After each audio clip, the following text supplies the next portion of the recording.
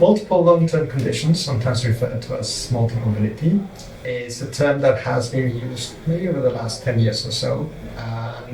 It has very different definitions. Generally speaking, people think about it as having two or more chronic conditions, and by that we mean diseases that tend to stay with you, they don't go away. Examples of that could be things like diabetes, high blood pressure, and other types of similar conditions that basically are chronic in the sense that they are there for a long period of time rather than actually being particularly bad, although some of them are. So basically the healthcare structure doesn't align with the multimorbidity patient needs. At the moment it's designed to treat each disease individually, and so therefore the patient has to go to all the different institutions and they have to have all their appointments at all these different places, and there's not communication between these appointments, and it means that the patient doesn't have the care that they need. And from this it means they have negative polypharmacy effects, they don't understand the drug-to-drug interaction and the drug-to-disease interactions.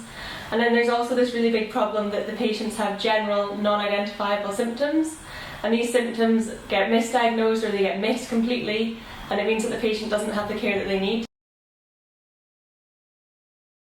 Multiple long-term conditions is a problem that is a system-wide problem. So if you think about system thinking, it's having to deal with multiple illnesses at the same time having to deal with multiple aspects of the healthcare system. Research in multimorbidity is quite challenging for several reasons. Probably the first one is the definition itself, because it's fairly loose. It means that often we combine conditions that might not necessarily feel particularly complex or difficult. People would say, well, it's not the same thing having diabetes and having myocardial infarction or a heart attack recently compared to, let's say, having asthma and an ingrown toenail. So those would be two examples of multimorbidity, but people will think they're actually quite different in terms of the impact it has on the individual. So for starters, most of the research that's been going on so far focuses on just quantifying, saying if you have more than two conditions, how is that impacting on things like how long you're living or your quality of life. And that's as far as we've got so far. Highlighting, as you would imagine, that when you have more conditions, yes, you tend to live for less amount of time, so it's highly associated with increased risk of death, and also associated with low quality of life, so your quality of life is actually reduced. But when you look a little bit more closely about which conditions or which combination of conditions are associated with worse events, then it becomes quite complex because the combinations can occur in all those different ways. So as part of that, it is challenging itself to study multimorbidity at a global level. And we need different approaches of even understanding which conditions we might decide are in the list of multiple long-term conditions to study. And from that, thinking also things of, for example, weighing which ones are the most relevant ones and which are the ones that require more care or more study. We now have the opportunity to study millions of people, so on a scale that we haven't been able to do before. And also we have the lifetime record, so we have decades of information on millions of people, and so really it's opened up a whole new world of opportunities. I guess one of the major advantages of using health records data is that the data is already there. So the speed with which you can do epidemiology has increased. When I started out as an epidemiologist more years ago than I would like to admit, we had to recruit patients or participants, collect information from them directly using questionnaires and sometimes doing our own measurements, taking bloods from them, and then following them up annually for 5, 10, 15 years was probably the longest research project that I was involved in, which obviously has huge implications for both time and costs, whereas now a lot of that information is available, I would say at the touch of a button, but it's not quite as simple as that. how to collect the data, and these symptoms need to be done digitally so that the patient can use them. It needs to be friendly for their social network and for the people around them to also use. I think the most important thing about thinking about digital health is to make it flexible and to make it accessible to different groups of people that you might not be considering. If a person has, let's say, diabetes and arthritis, they would have to go to 2 different doctors. And this creates not only problems in terms of visiting the different doctors, but also the logistics. Research currently is also focused on one particular illness. So pharmaceutical companies, when developing drugs, let's say for high blood pressure, they'll focus on that issue. But often what we see now is that there are linkages between the conditions. So AI, until recently, could be thought as a series of tools, maybe an extension to most common statistical methods. And as such, they probably would advance in a similar way to statistical methods that we, until recently, we had. There's been, though, a breakthrough in the sense that AI can now be used to not only model characteristics that we already know are relevant, but even understanding and identifying which characteristics could be useful and relevant for specific associations, in this case, complex scenarios, multiple long-term conditions, or several multiple long-term conditions. And because of that, by removing the human aspect of that, it might help us identify novel combinations of diseases, novel clusters that could be much more consistent over several databases and over time. So that's one very exciting new aspect. Other thing is that using AI, it could also help us to determine novel ways not only of looking at a condition, but thinking more holistically about the health process of the individual. For example, we're doing some research in this department trying to understand health status and health trajectories over time. Instead of focusing on specific conditions, trying to characterize the individual's health, maybe based around systems, for example, respiratory system or your cardiovascular system, and using some biomedical data, some biomarkers, or other sources to actually track that information over a period of time.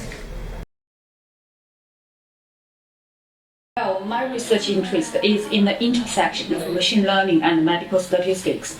Challenges I'm facing, I think right now, I find it challenging that I have very nuanced research, but how do I make it clear and succinct to when I communicate with others, researchers and the public alike? Machine learning is coming. The reason I'm doing it is it's so useful. And I don't know exactly what's going to happen, but I can see there's a lot of work to be done. And there's a lot very urgent work I actually really wanted to do. For example, I'm working on UK biobank study. It has 500,000 volunteers, middle-aged to old-age volunteers in this country. And we have a lot of data about them. We have thousands columns of data of each person.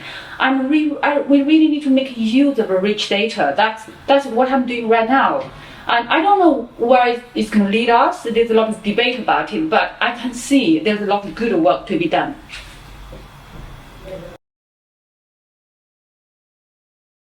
Well, one immediate benefit is clinicians will have plenty of tools to use. Hopefully, one of mine will contribute to that. But there again, that brings the problem is too many tools to use. Which one do I use? How do I know that's trustworthy? And when you were given an algorithm, intuitively you want to know, well, how does it work? It's our human nature to want to know how things work. With machine learning, it's very hard to give a very simple answer to how it works. Indeed, this is what I'm trying to do now in my research. I'm working on a method called explainable AI, and that can explain AI, turn the black box into somewhat more transparent, somewhat more understandable. I can see there's really good, robust, ethical ethical considerations in our data research. If I want to do something, I really have to think very carefully and about how I can use the data ethically, and I have to come up with a really solid plan to get approvals, which I think that's really necessary, that's really helpful. I think one of the challenges that we've got to overcome as a research community is the way that we communicate to the public about how routine healthcare data is used, or maybe even more importantly, how it's protected. Because obviously it's our own medical information, and we want that to be used in a responsible way. And there are a lot of safeguard procedures that ensure that only bona fide researchers can use it, and we all have training, and the data is kept securely in secure research environments. Also, it is anonymised to a high standard, and the data that certainly I work with is all coded information, so we don't have any free text, so it would be very, very hard to identify anybody within that data. But I think just to reassure people that actually this data is being used for the benefit of all of us. Public involvement is critically important to research because there are things that we can learn from textbooks, but there are things that we can't, and that lived experience, that real understanding of the condition can only be known by those that are going through it. So it's really important that we capture those views. And it's also ethically important that the research is for those end users, and so they should have a voice in it. And certainly for the National Institute of Health and Care Research and the Applied Research Collaboration, we are publicly funded, so we have a duty to respond and spend that money ethically, and have that public voice right at the outset, from setting the priorities where the research is going, what's important to them. A crucial part of designing a new intervention, especially with such a complex target audience, so like multimorbidity patients, older patients, I think we really need to have their input to see what they're comfortable using, what would fit into their life, how much clinical input they can have, how much self-monitoring they can take on. I think it's really important that you bring the patient perspective into this. One really good example is in arthritis research. They were trying to develop resources to help people with their mobility, and they said, oh, this is really great. They were involving the patients. The patients then were turning around and saying, well, actually, the problem is fatigue. It's not about being able to lift things up. That's the most debilitating part of this condition. So actually, if they hadn't had that conversation, they would have continued down that road. So involving patients and the public and their caregivers is really important to help shape what is important, what can be done. And some of the other times that the public involvement aspects shape research is when you've got studies that are really quite intrusive or invasive, that you would take that to your ethics board and they go, nobody would agree to doing that. But actually, so I did one with gene innovation for the spine for chronic pain in the back. The idea was it was an surgically implanted device, and then when they took that to the group, going that the placebo was also implant the device, because actually the placebo effect might just have the effect that they wanted. So the research, we couldn't ask people to do that, but the solution from the individuals was the risk of not doing anything was greater than the opportunity that this might help. So they agreed that they would all have it implanted, but then from the control cohort, they'd turn it on at a later point, so they would still benefit from it, but you could understand what the effects were. As a researcher, I'm also the general public. Outside my narrow domain of expertise, I'm just the same as everybody else. I learn a lot from others. There's a lot of things I don't know, but through this process together, I feel I learn a lot from you all. It's known that patients that have multimorbidities have poorer quality of life, and there's all these papers that show this. So I think it's strange that we haven't already done something, and I think everyone is working towards this, but we need to come together and have collaboration. So there needs to be collaboration between the different appointments, so we're treating the person as a whole rather than treating each disease completely independently and giving them the medication that is best for that disease, not thinking about the other diseases that play into this. How we do that is open. I think we're trying to get lots of patient input, lots of clinical input to try and find out the best solution to this. Part of our research is to work with public and patient engagement to find the best way to identify these problems and evaluate where an intervention would have a larger impact. So I think some of the major challenges of using this sort of data is actually sometimes researchers' expectations. Because the data is already there, I think there's an expectation that the research can be done very quickly. But actually there's a lot of work that needs to go into processing that data and getting it ready for the algorithms or artificial intelligence to be run upon it. And so there's a lot of pre-processing that needs to be conducted before you can start. From a practical point of view, I think data, because it's collected during routine healthcare appointments, it's not collected in a particularly standardised way.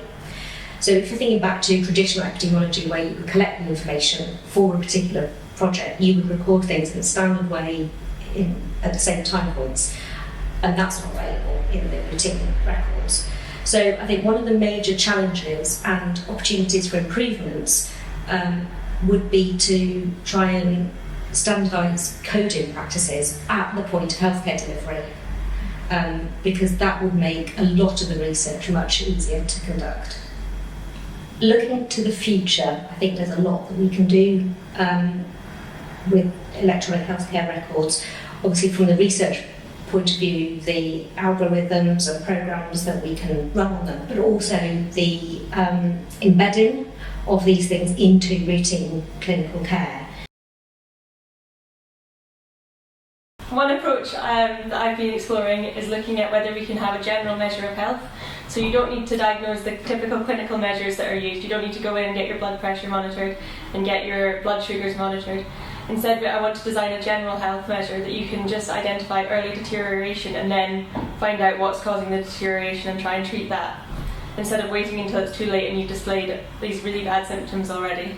When you're trying to solve a systems problem, then there are different leverage points where you can intervene. And this is where the human-centered AI design approach comes in, because in doing so we can identify the places where we can have a larger impact. Sometimes people want quick answer, but there isn't quick answer in research, and also in life, I guess. So that's kind of one of my random thoughts of the day.